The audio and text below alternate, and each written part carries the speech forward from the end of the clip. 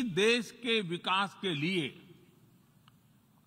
वहां के नागरिकों के पास जमीन और घर के प्रॉपर्टी राइट्स यानी ओनरशिप का रिकॉर्ड होना बहुत जरूरी है।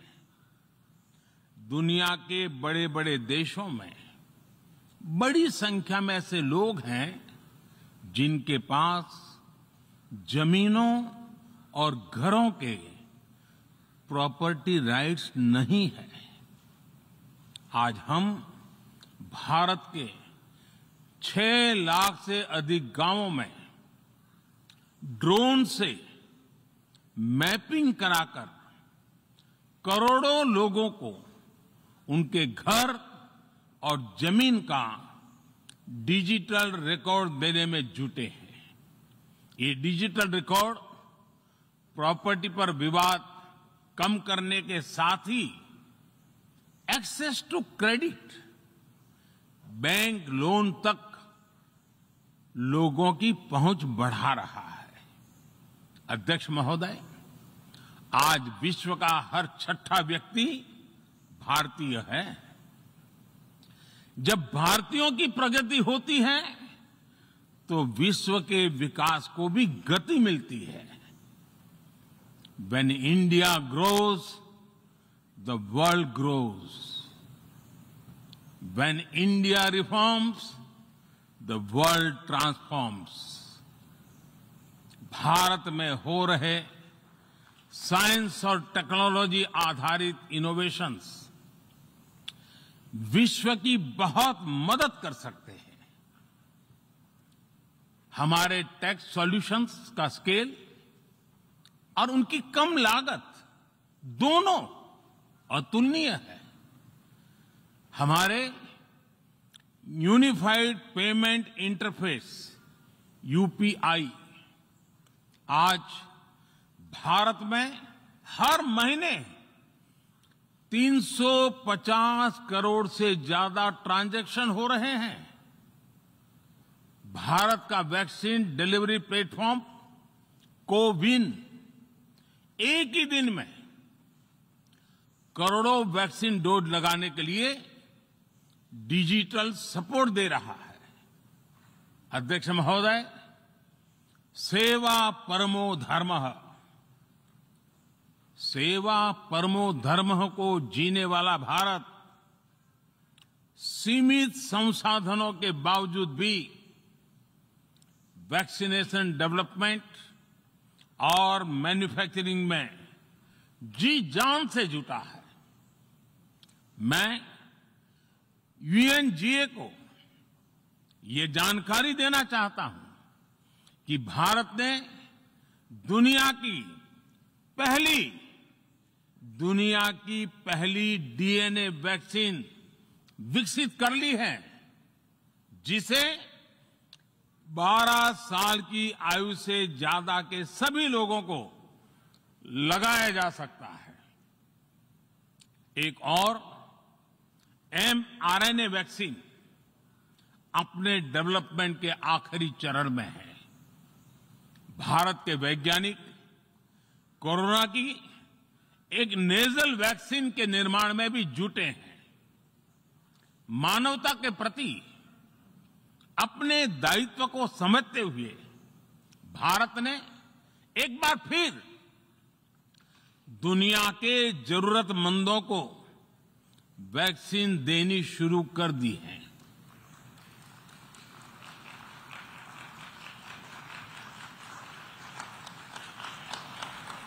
मैं आज दुनिया भर के वैक्सीन मैन्युफैक्चरर्स को भी आमंत्रित करता हूं, कम मेक वैक्सीन इन इंडिया। अध्यक्ष महोदय, आज हम सब जानते हैं कि मानव जीवन में टेक्नोलॉजी का कितना महत्व है, लेकिन बदलते हुए विश्व में टेक्नोलॉजी विथ डेमोक्रेटिक वैल्यूज, ये सुनिश्चित करना भी आवश्यक है। भारतीय मूल के डॉक्टर्स, इनोवेटर्स इंजीनियर्स, मैनेजर्स किसी भी देश में रहें, हमारे लोकतांत्रिक मूल्य उन्हें मानवता की सेवा में जुटे रहने की प्रेरणा देते रहते हैं। और ये हमने इस कोरोना काल में भी देखा है। अध्यक्ष महोदय, कोरोना महामारी ने विश्व को ये भी सबक दिया है कि वैश्विक अर्थव्यवस्था को अब और अधिक डाइवर्सिफाई किया जाए। इसके लिए ग्लोबल वैल्यू चेन्स का विस्तार आवश्यक है।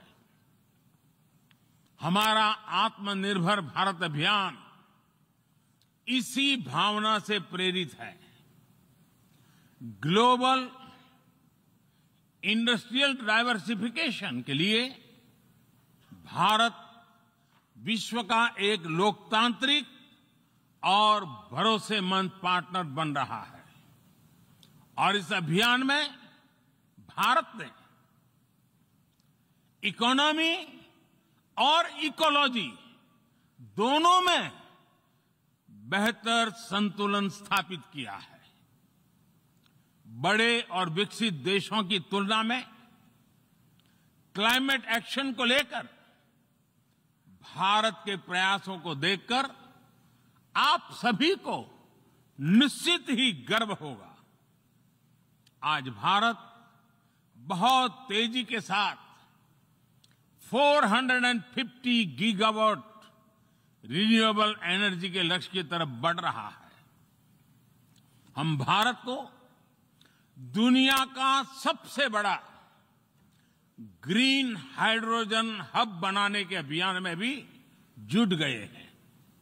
अध्यक्ष महोदय, हमें अपनी आने वाली पीढ़ियों को जवाब देना है कि जब फैसले लेने का समय था, तब जिन पर विश्व को दिशा देने का दायित्व था, वो क्या कर रहे थे। आज विश्व के सामने रिग्रेसिव थिंकिंग और एक्सट्रीमिज्म का खतरा बढ़ता जा रहा है। इन परिस्थितियों में पूरे विश्व को साइंस बेस्ड रेशनल और प्रोग्रेसिव थिंकिंग को विकास का आधार बनाना ही होगा।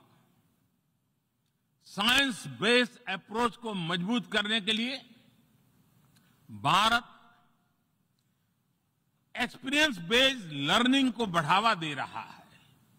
हमारे यहां स्कूलों में हजारों अटल टिंकरिंग लैब खोली गई है, इंक्यूबेटर्स बने हैं और एक मजबूत स्टार्टअप इकोसिस्टम विकसित हुआ है। अपनी आजादी के 75 वर्ष के उपलक्ष्य में जब हम आजादी का अमृत महोत्सव मना रहे हैं, भारत 75 ऐसे सैटेलाइट्स को अंतरिक्ष में भेजने वाला है जो भारतीय विद्यार्थी स्कूल कॉलेजों में बना रहे हैं। अध्यक्ष जी, दूसरी ओर रिग्रेसिव थिंकिंग के साथ जो देश आतंकवाद का पॉलिटिकल टूल के रूप में इस्तेमाल कर रहे हैं, उन्हें ये समझना होगा कि आतंकवाद उनके लिए भी उतना ही बड़ा खतरा है। ये सुनिश्चित किया जाना बहुत जरूरी है कि अफगानिस्तान की धरती का इस्तेमाल आतंकवाद फैलाने और आतंकी हमलों के लिए न हो। हमें इस बात के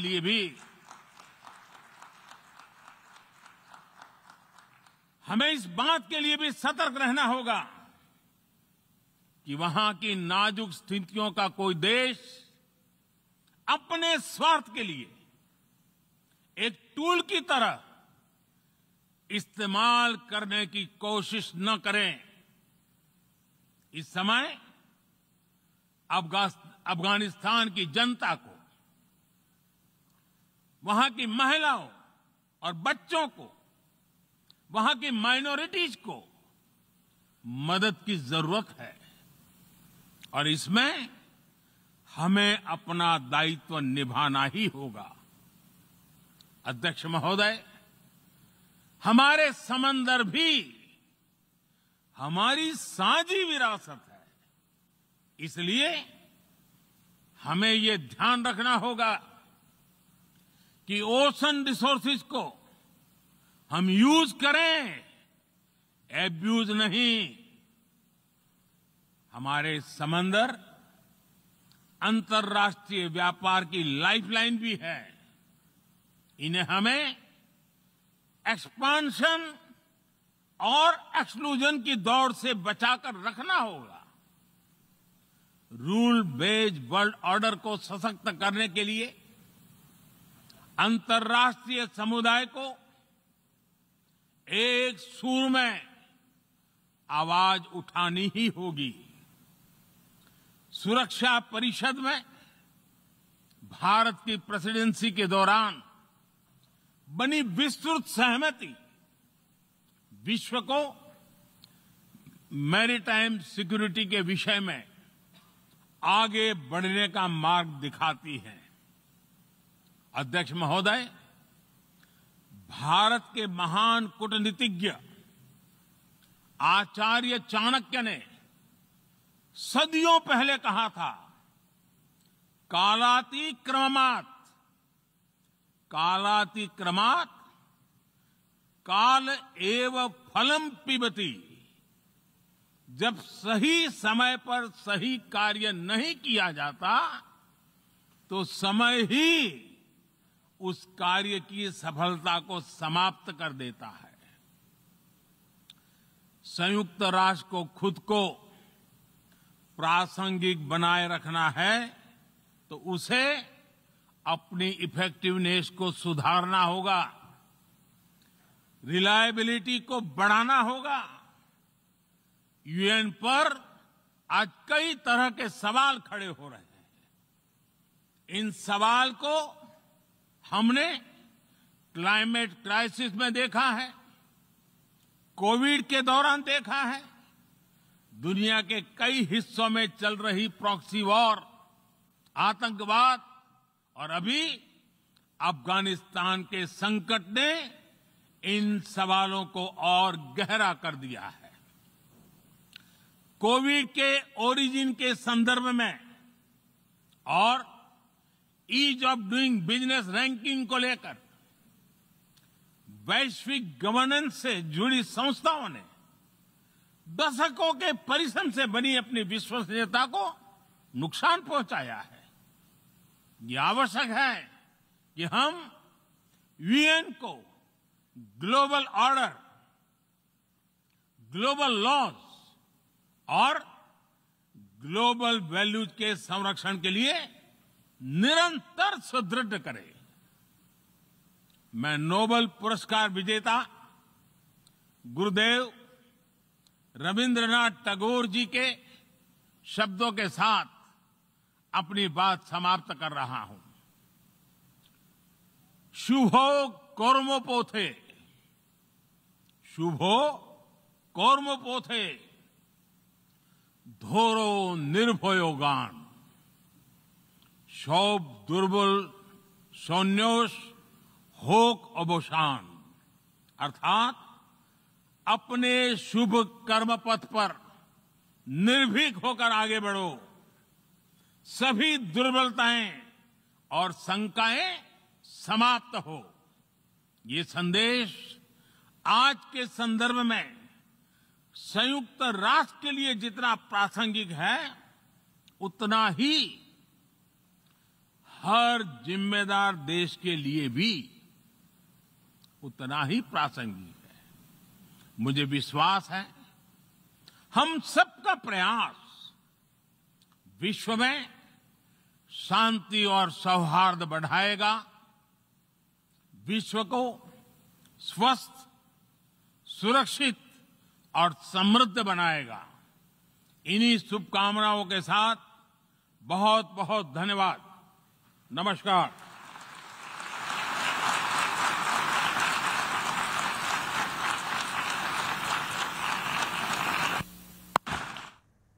तो प्रधानमंत्री नरेंद्र मोदी ने यूएन में अपना ये संबोधन दिया, लेकिन कुछ देर पहले की तस्वीर जब पीएम मोदी स्वदेश वापसी के लिए रवाना हो चुके हैं। अपने 3 दिवसीय अमेरिकी दौरे की सफल यात्रा के बाद आखिरकार पीएम मोदी भारत के लिए रवाना हो चुके हैं और सुबह 11:30 बजे पीएम मोदी पहुंचेंगे।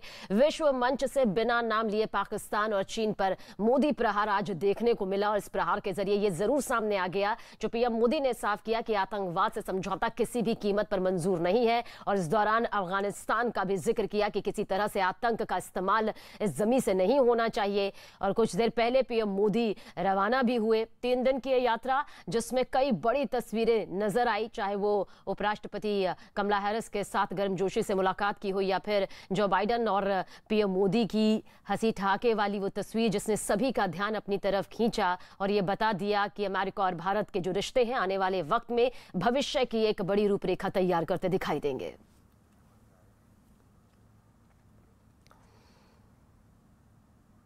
और जो संबोधन आज आपने सुना, उस संबोधन के बाद संयुक्त राष्ट्र मुख्यालय से बाहर निकलते ही वहां खड़े भारतीय समुदाय के लोगों ने पीएम मोदी का जोरदार स्वागत किया। दरअसल ये लोग बेसब्री से इंतजार भी कर रहे थे पीएम मोदी के एक झलक को पाने के लिए। और देखिए किस तरह से प्रधानमंत्री नरेंद्र मोदी की एक झलक पाते ही हर कोई खुशी से झूम उठा। होड़ मच गई पीएम मोदी की एक झलक पाने के लिए। प्रधानमंत्री नरेंद्र मोदी ने भी लोगों को निराश नहीं किया, भीड़ के बीच पहुंचे और देखिए किस तरह से मुलाकात करते हुए वो नजर भी आए।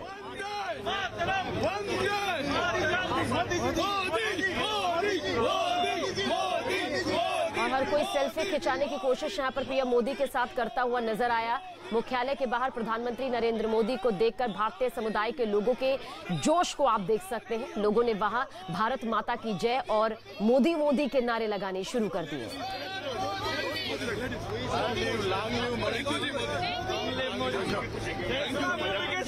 भारत माता की जय। Thank you so much Modi जी।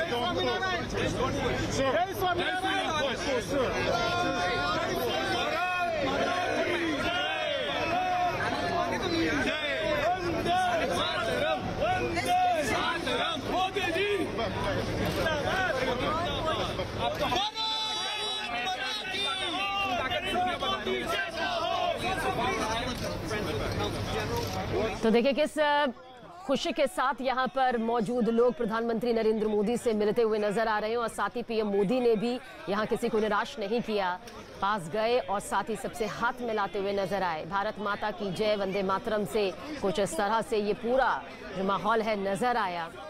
इंतजार कर रहे थे प्रधानमंत्री नरेंद्र मोदी का कि एक झलक उनकी पाएंगे और पीएम मोदी देखिए किस तरह से सभी के बीच में गए और मुलाकात करते हुए अपना वक्त देते हुए यहाँ पर नजर भी आए। तो यूएन के मंच से जहां पर पीएम मोदी ने कड़ा संदेश चीन और पाकिस्तान को दिया, तो दूसरी तरफ बाहर मौजूद लोगों को भी निराश नहीं किया।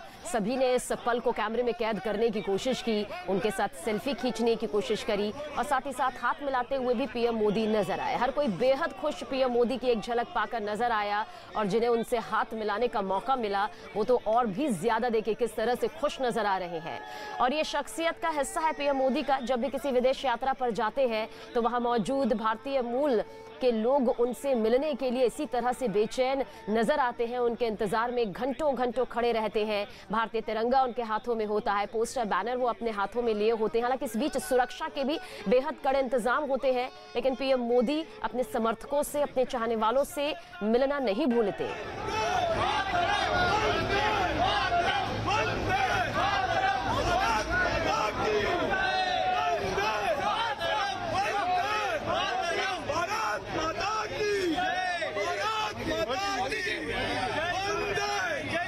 भारत माता की और आइए दो तस्वीरें इस वक्त आपके सामने दिखाते हैं। पहली तस्वीर में आप देख सकते हैं कि किस तरह से वहां मौजूद लोगों का उत्साह देखते ही बनता है, जहां पीएम मोदी से हाथ मिलाने के लिए वो बेचैन नजर आए, एक उनकी झलक पाने के लिए। और दूसरी तस्वीर देखिए, प्रधानमंत्री नरेंद्र मोदी अपनी 3 दिवसीय अमेरिका दौरे के बाद वापस स्वदेश वापसी कर रहे हैं, निकल चुके हैं, रवाना हो चुके हैं भारत के लिए। सुबह 11:30 बजे वो वापस आ भी जाएंगे। और इस दौरान कहा जा सकता है कि 3 दिन की जो बेहतरीन शानदार तस्वीरें गर्मजोशी के साथ देखने को मिली, वो एक बड़ा और कड़ा संदेश देते हुए जरूर दिखाई देती है। अंतर्राष्ट्रीय स्तर पर दुनिया की नजरें भी लगातार टिकी हुई थी इन 3 दिवसीय दौरे पर। दो तस्वीर, पहली तस्वीर आपके सामने जहां पीएम मोदी को आप देख रहे हैं उन लोगों का अभिनंदन स्वीकार करते हुए जो काफी देर से उनका इंतजार कर रहे थे कि पीएम बाहर निकलेंगे और उनसे मुलाकात यहां पर करेंगे। और यही वजह है कि पीएम मोदी ने भी उनकी उत्सुकता को यहां पर समझा, उनकी इस खुशी को यहां पर समझा और जितना वक्त वो यहाँ पर दे सकते थे सभी से हाथ मिलाते नजर आए, सेल्फी हर किसी के साथ यहाँ पर खिंचवाते नजर आए। एक खुशी उनके चेहरे पर भी नजर आ रही थी। अमूमन ये उनकी विदेश यात्रा के दौरान दिखाई भी देता है, जहाँ पर भारतीय समुदाय के लोगों के अंदर एक अलग जोश, एक अलग उत्साह पीएम मोदी को लेकर दिखाई देता है। और ये बात पीएम मोदी भी बखूबी जानते हैं कि विदेशों में रहने वाले भारतीय मूल के लोग उन्हें कितना पसंद करते हैं, कितना चाहते हैं। और दूसरी तस्वीर, भारत वापसी उनकी हो रही है।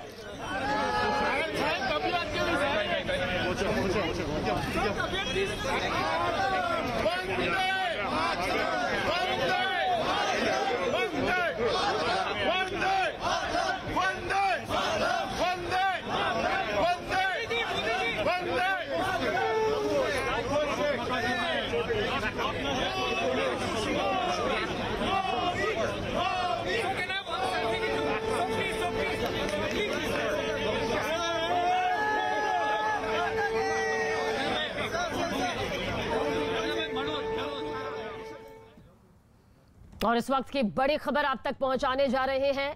दौरे पर विदेश मंत्रालय आपको जानकारी दे दे कि यूएनएससी में भारत की स्थायी सदस्यता, बाइडेन का भारत को समर्थन यहां पर सामने आया है। पीएम मोदी के अमेरिका के राष्ट्रपति जो बाइडेन से मुलाकात के बाद भारतीय विदेश सचिव हर्ष श्रृंखला ने मीडिया से कहा कि जो बाइडेन ने भी भारत के संयुक्त राष्ट्र संघ में स्थायी सदस्यता का समर्थन किया है। एक बड़ी खबर स्थायी सदस्यता को लेकर यहां पर सामने आ रही है।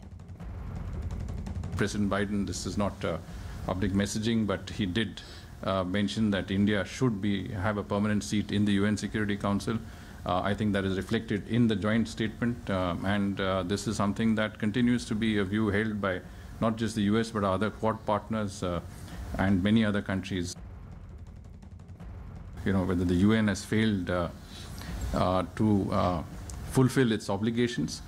The United Nations, of course, continues to be a body that represents the legal and de jure interests of countries from all over the world and its membership.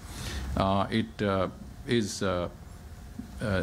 the forum in which countries can come to seek both a projection of their, let's say, larger global engagements, but also to resolve many of the issues that are pertinent to them. In many cases, we have seen that the UN और संयुक्त राष्ट्र महासभा के मंच से पाकिस्तान के प्रधानमंत्री इमरान तालिबान खान ने एक बार फिर भारत के खिलाफ प्रोपेगेंडा, झूठ और छल कपट से भरा दुष्प्रचार किया। कल रात इमरान खान ने अपने भाषण में भारत को बदनाम करने की हर मुमकिन कोशिश की। वो हर झूठ बोला जो भारत की छवि बिगाड़ने के लिए इमरान खान बोल सकते थे। उनके इस झूठ पर संयुक्त राष्ट्र में भारत की फर्स्ट सेक्रेटरी स्नेहा दुबे ने पाकिस्तान के प्रपंच को खंड खंड कर दिया। संयुक्त राष्ट्र के विश्व मंच पर जब प्रधानमंत्री पहुंचे तो उन्होंने बिना नाम दिए पाकिस्तान पर शब्दों से सर्जिकल स्ट्राइक कर दी।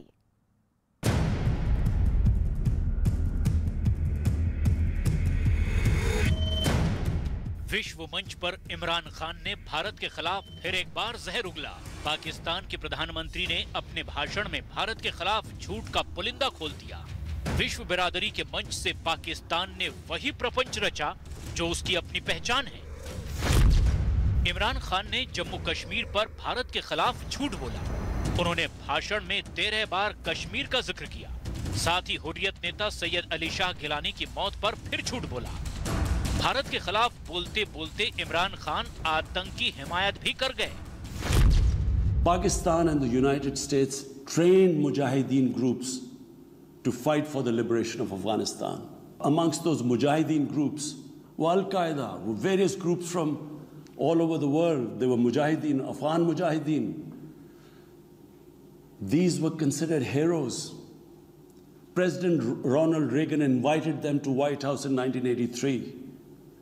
And according to news items, he compared them to the founding fathers of the United States. Imran Khan के इस झूठ को भारत ने खंड-खंड कर दिया। ये समझना होगा कि आतंकवाद उनके लिए भी उतना ही बड़ा खतरा है। ये सुनिश्चित किया जाना बहुत जरूरी है कि अफगानिस्तान की धरती का इस्तेमाल आतंकवाद फैलाने और आतंकी हमलों के लिए न हो। हमें इस बात के लिए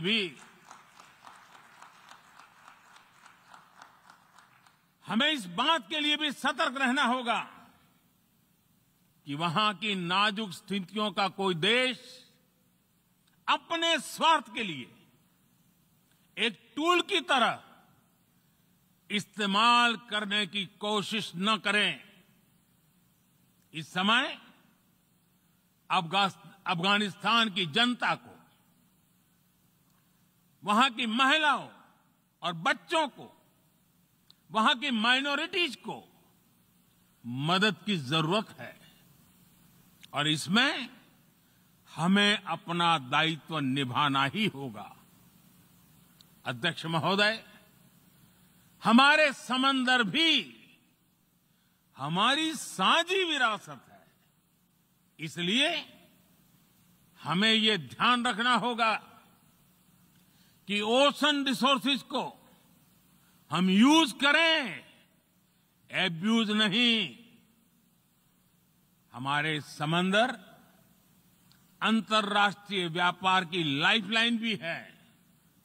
इन्हें हमें एक्सपांशन और एक्सक्लूजन की दौड़ से बचाकर रखना होगा।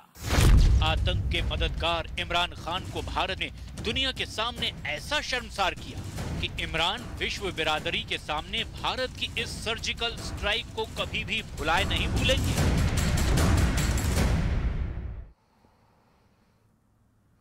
पाकिस्तान हिंदुस्तान की ताकत को बखूबी जानता है, समझता है, क्योंकि हिंदुस्तान दो टूक उसे एक बार नहीं कई बार कह चुका है कि आतंकवाद पर समझौता उसे किसी भी कीमत पर, किसी भी स्तर पर मंजूर नहीं। और यही वजह है कि यूएन में पीएम मोदी ने आतंकवाद के मुद्दे को लेकर जोर शोर से अपनी और सटीक तरीके से सख्त लहजे में अपनी बात यहां पर रखी।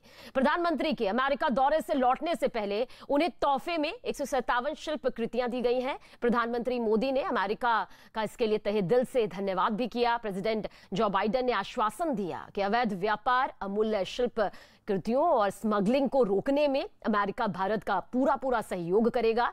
प्रधानमंत्री को 10वीं शताब्दी की 8.5 मीटर ऊंची नटराज प्रतिमा तोहफे में दी गई। इसके अलावा 12वीं और 14वीं शताब्दी की कलाकृतियां भी उन्हें तोहफे में दी गई हैं।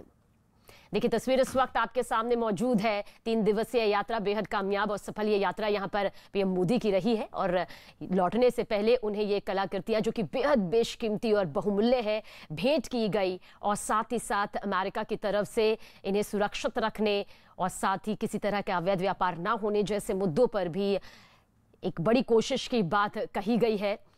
इसके अलावा ये कलाकृतियां जो कि हिंदुस्तान की अपनी पहचान का एक बड़ा हिस्सा रही हैं, देखिए किस तरह से पीएम मोदी को भेंट की गई। जनक हमारे सहयोगी ज्यादा जानकारी के लिए। जनक, कहा जा सकता है कि भारतीय संस्कृति, भारतीय परंपरा का ये कलाकृतियां अहम हिस्सा रही हैं जो कि पीएम मोदी को भेंट भी की गई। जाहिर सी बात है, देखिए भारतीय विरासत चाहे वो सांस्कृतिक या धार्मिक है, उनकी 157 जितनी कलाकृतियां हैं उसमें कई तो आप 11वीं सदी की हैं, 14वीं सदी की हैं, 2020 की है, तो ये अपने आप में एक बड़ी बात है। उसमें से 45 जितनी तो ऐसी हैं जो कॉमन एरा की रही है, 71 जितनी बुद्धिज्म या जैनिज्म के साथ रही है।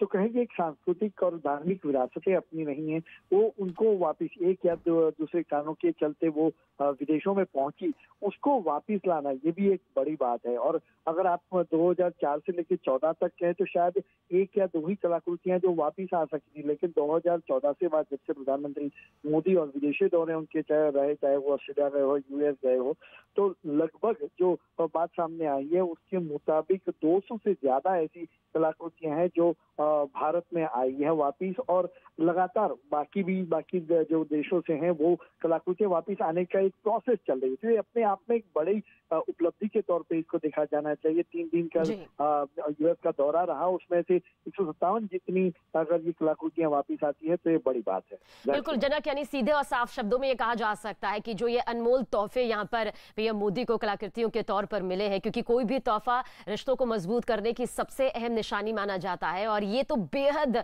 बहुमूल्य तोहफे हैं जो पीएम मोदी को रवानगी से पहले दिए गए। इन्हें रिश्तों के तौर पर आप कैसे लेंगे?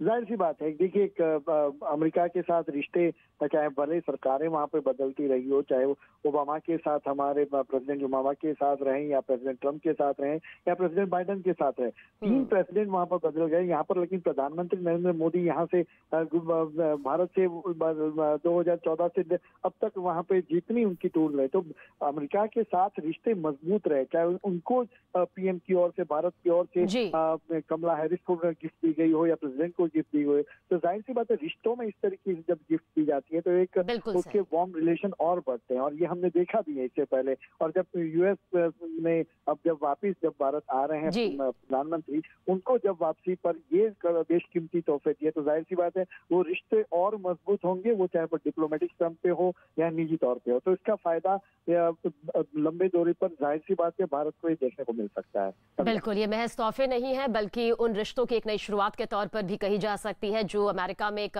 जो बाइडेन के जरिए लिखे जा रहे हैं और यहाँ प्रधानमंत्री नरेंद्र मोदी के जरिए। बहुत बहुत शुक्रिया जनक जानकारी के लिए आपका।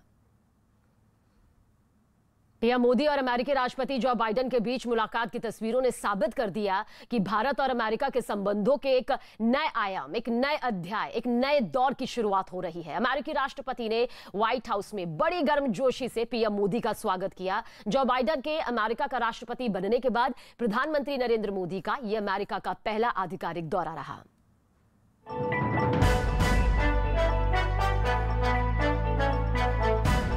व्हाइट हाउस में विश्व गुरु, दोस्ती के नए अध्याय की शुरुआत,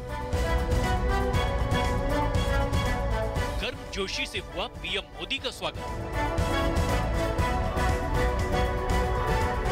ओटिस पीएम की दोस्ती बनेगी मिसाल। जो बाइडेन के अमेरिका का राष्ट्रपति बनने के बाद यह मोदी का अमेरिका का पहला आधिकारिक दौरा है, और हमेशा की तरह उनका ये दौरा भी कई मायनों में बेहद खास रहा। दरअसल इस दौरे की सबसे खास बात रही पीएम मोदी और राष्ट्रपति जो बाइडेन की दोस्ती की तस्वीरें।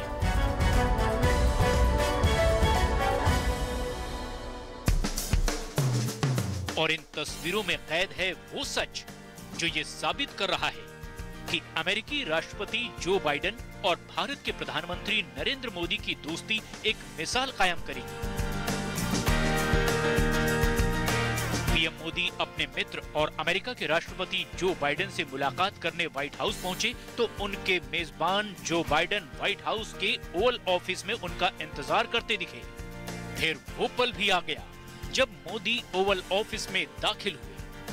जो बाइडेन ने पीएम मोदी से बड़ी ही गर्मजोशी से हाथ मिलाया, उनका स्वागत किया। फिर अमेरिकी राष्ट्रपति खुद पीएम मोदी को उनकी कुर्सी तक लेकर गए और पीएम मोदी के कुर्सी पर बैठने के बाद ही अपनी कुर्सी पर बैठे। पीएम मोदी और राष्ट्रपति बाइडेन के बीच इस मुलाकात के दौरान कई अहम मुद्दों पर बातचीत होनी तय थी, लेकिन उससे पहले ही जो बाइडेन ने अपने जीवन और भारत से जुड़ा एक किस्सा छेड़ दिया।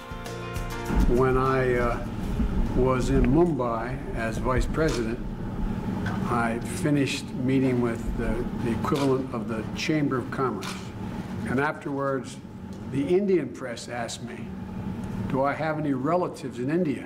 And I said,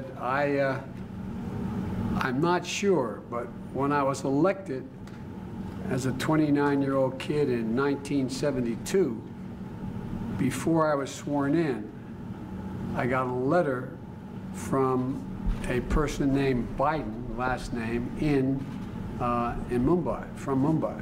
And I said that I never was able to follow up. The next morning, I had a press conference going away, and the Indian press said, someone spoke up, you have 5 Bidens in India.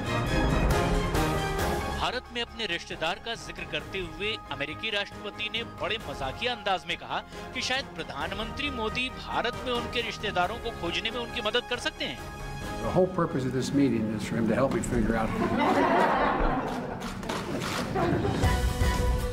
इस मौके पर प्रधानमंत्री मोदी ने भी अपने दोस्त की मदद करते हुए अमेरिकी राष्ट्रपति जो बाइडेन को इस बात का भरोसा दिलाया कि वो अपने साथ कुछ कागजात लाए हैं जो शायद उन्हें उनके रिश्तेदारों को पहचानने में मदद करें। आपने भारत में बाइडेन सरनेम के लोगों के सामने बड़ा डिटेल में जिक्र किया। आपने मेरे साथ भी इस बात का उल्लेख किया था। तो बाद में मैंने काफ़ी कुछ कागजात खोजने की कोशिश की है।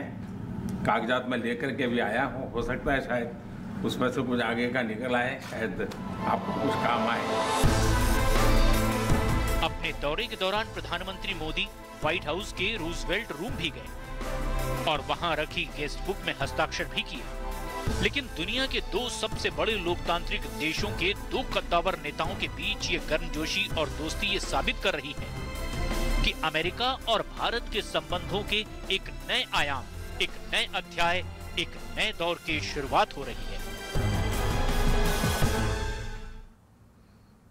संयुक्त राष्ट्र महासभा के मंच से पाकिस्तान के प्रधानमंत्री इमरान तालिबान खान ने एक बार फिर भारत के खिलाफ प्रोपेगेंडा, झूठ और छल कपट से भरा दुष्प्रचार किया। कल रात इमरान खान ने अपने भाषण में भारत को बदनाम करने की हर कोशिश की। वो हर झूठ बोला जो भारत की छवि बिगाड़ने के लिए इमरान खान बोल सकते थे। उनका इस झूठ पर संयुक्त राष्ट्र में भारत की फर्स्ट सेक्रेटरी स्नेहा दुबे ने पाकिस्तान के प्रपंच को खंड खंड कर दिया। संयुक्त राष्ट्र के विश्व मंच पर जब प्रधानमंत्री पहुंचे तो उन्होंने नाम लिए बगैर पाकिस्तान पर शब्दों से सर्जिकल स्ट्राइक कर दी।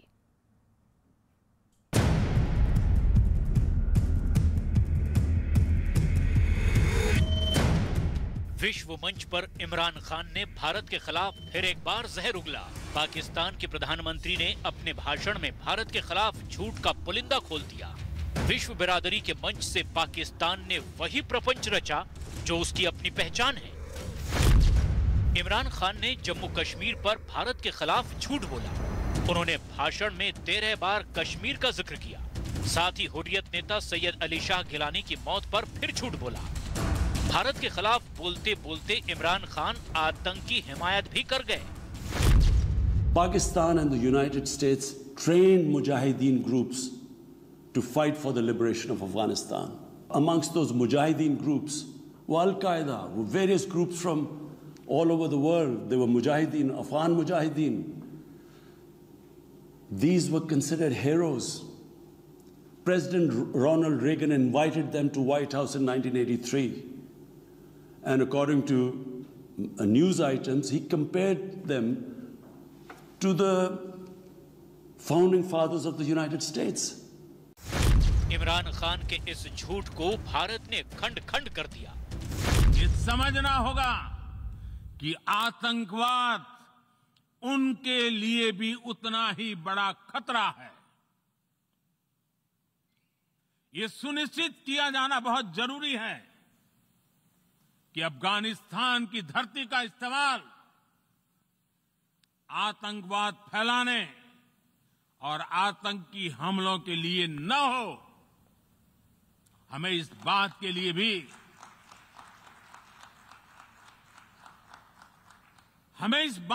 भी सतर्क रहना होगा कि वहां की नाजुक स्थितियों का कोई देश अपने स्वार्थ के लिए एक टूल की तरह इस्तेमाल करने की कोशिश न करें। और जो बाइडेन ने प्रधानमंत्री नरेंद्र मोदी का जिस अंदाज में और जिस माहौल में स्वागत किया, उससे दोनों देशों की दोस्ती की गाड़ी तेज रफ्तार पकड़ती दिखाई देती है। प्रधानमंत्री मोदी के साथ हुई बैठक के दौरान जो बाइडेन ने भी कहा कि दोनों देश पिछले कुछ वक्त में बहुत करीब आए हैं।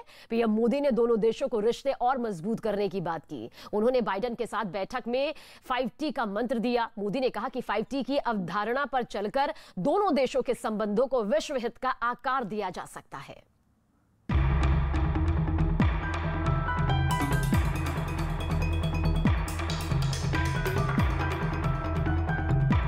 विश्व की महाशक्ति और विश्व मंच पर उभरती एक भारत शक्ति की ये साझा तस्वीरें हैं। ये तस्वीरें विश्व बिरादरी में अहम मायने रखती हैं। व्हाइट हाउस ने जिस तरह नरेंद्र मोदी का स्वागत किया, उससे साफ है कि अंतर्राष्ट्रीय मंच पर हमारे राष्ट्र की छवि और सुदृढ़ हुई और निखरी और विश्व बिरादरी में देश की शक्ति का डंका भी बजा। अमेरिका के साथ भारत के संबंधों का ये नया अध्याय है।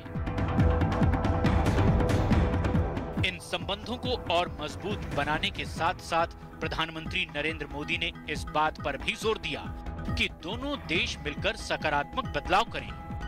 बदलाव की इस मीनार को खड़ा करने के लिए मोदी ने 5 स्तंभ भी बनाए। ये 5 स्तंभ हैं 5T। मोदी के 5T मंत्र में पहला T ट्रेडिशन यानी परंपरा। प्रधानमंत्री नरेंद्र मोदी ने कहा कि अमेरिका और भारत में लोकतांत्रिक परंपरा की जड़ें गहरी है। भारत मानव कल्याण के मूल्यों पर चलने वाला देश है और इन्हीं मूल्यों से दुनिया का भला होगा। भारत और अमेरिका के संबंधों में मैं ट्रांसफॉर्मेटिव देख रहा हूं। तब मैं देख रहा हूं कि ट्रेडिशन, लोकतांत्रिक परंपराओं और मूल्यों को लेकर के जो हम जी रहे हैं और जिसके प्रति हम समर्पित हैं, हम कमिटेड हैं, वो ट्रेडिशन का अपना एक महात्मा और अधिक बढ़ेगा। दूसरा टी टेक्नोलॉजी। पीएम मोदी ने तकनीक के जरिए दोनों देशों के साझा सहयोग और विकास पर भी जोर दिया। दुनिया में सबसे ज्यादा ड्राइविंग फोर्स बन रही है टेक्नोलॉजी।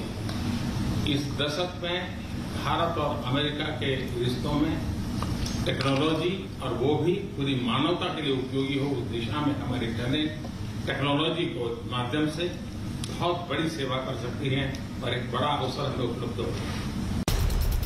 मोदी के 5T मंत्र का तीसरा टी ट्रेड यानी व्यापार। मोदी ने संबंधों का तीसरा आधार व्यापार को बताया ताकि दोनों देशों के बीच व्यापार बढ़े और भारत ग्लोबल सप्लाई चेन बनने के सपने की राह पर आगे बढ़े। भारत और अमेरिका के बीच ट्रेड का अपना महत्व है और इस दशक में ट्रेड के क्षेत्र में भी हम एक दूसरे को काफी पूरक हो सकते हैं। बहुत सी चीजें हैं जो अमेरिका पास है, जो भारत को जरूरत है। बहुत सी चीजें भारत के पास है जो अमेरिका के काम आ सकती हैं। तो ट्रेड भी इस दशक का एक बहुत बड़ा क्षेत्र है। मोदी के 5T मंत्र का चौथा टी ट्रस्टीशिप यानी विश्वास। प्रधानमंत्री मोदी ने इस बात पर जोर दिया कि दोनों देशों के बीच विश्वास का मजबूत जोड़ हमेशा बना रहे ताकि भविष्य की पीढ़ियां एक दूसरे से जुड़ सकें, साझा सपने देख सकें। 2 अक्टूबर महात्मा गांधी की जन्म जयंती का उल्लेख किया। महात्मा गांधी ट्रस्टीशिप की बात करते थे। ये दशक उस ट्रस्टीशिप के लिए भी बहुत महत्वपूर्ण है।